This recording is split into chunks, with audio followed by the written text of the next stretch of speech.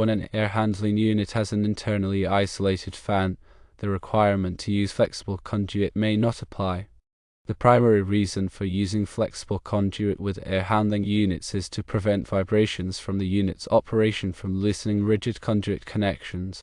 If the fan is internally isolated, the vibrations generated by the fan motor and its components are significantly reduced or eliminated from being transmitted to the rest of the unit's housing and subsequently to the connected electrical conduit. This isolation minimizes the risk of conduit connections becoming loose over time due to these vibrations. While the National Electrical Code (NEC) does not explicitly state that flexible conduit is not required when a fan is internally isolated, the underlying principle is rooted in ensuring secure and reliable electrical connections. The NEC mandates that all electrical equipment be installed in a manner that minimizes the risk of fire and electrical shock. This includes ensuring that connections are mechanically sound and protected from physical damage, including vibration. If the internal isolation of the fan effectively mitigates vibration transmission, then using rigid conduit may be acceptable, provided all other NEC requirements are met. To elaborate on NEC requirements, firstly, Article 300.4. This section addresses protection against physical damage. It requires that wiring methods and equipment be protected from physical damage. In the context of air handling units, if rigid conduit is used and there's a potential for physical damage due to movement or other factors, additional protection like mechanical guards or flexible connections might still be necessary regardless of fan isolation.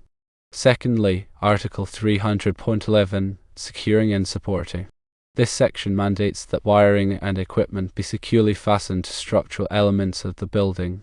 Proper support is crucial to prevent strain on connections and to maintain the integrity of the electrical system. When using rigid conduit, it's essential to ensure it's adequately supported to prevent any stress on the connections to the air handling unit.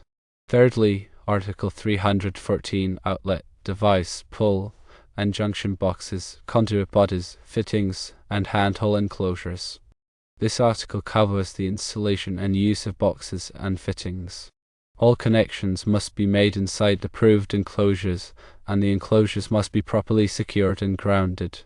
When transitioning from rigid conduit to the air handling unit, a suitable enclosure or fitting must be used to provide a secure and code-compliant connection. Fourthly, Article 430, Motors, Motor Circuits, and Controllers. This article applies to the installation and protection of motors, including those used in air handling units.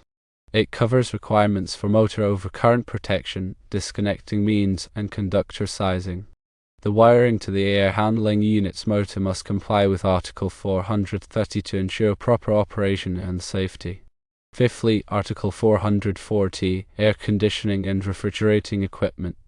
This article supplements or modifies the general requirements of the NEC for air conditioning and refrigerating equipment, including air handling units. It addresses specific requirements for disconnecting means, overcurrent protection, and equipment grounding. Air handling units must comply with Article 440 to ensure they are installed and protected according to NEC standards. Sixthly, Article 250, Grounding and Bonding. This article covers the requirements for grounding and bonding electrical systems to ensure safety and minimize the risk of electrical shock. The air handling unit and its associated conduit must be properly grounded and bonded to the building's grounding system.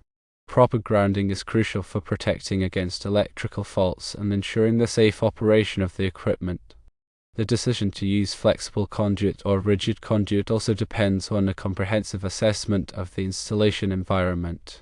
Factors such as the presence of other equipment that may cause vibrations, the building's structural characteristics, and local codes and regulations should be considered. A qualified electrical engineer or inspector should evaluate the specific installation to determine the most appropriate wiring method. In situations where vibration is minimal due to the internally isolated fan, and the installation complies with all other NEC requirements, rigid conduit can be a viable option. However, it is always prudent to consult with local electrical inspectors or authorities having jurisdiction, OJs, to ensure compliance with all applicable codes and standards.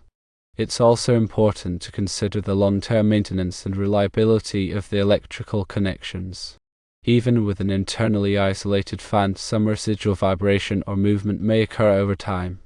Flexible conduit can provide an additional layer of protection against these potential issues. The goal is to ensure a safe and reliable electrical installation that minimizes the risk of electrical hazards and equipment failure. In summary, while the NEC does not explicitly address the scenario of an internally isolated fan in an air handling unit, the decision to use flexible or rigid conduit should be based on a thorough evaluation of the installation environment, compliance with all applicable NEC requirements, and consultation with qualified professionals and local authorities.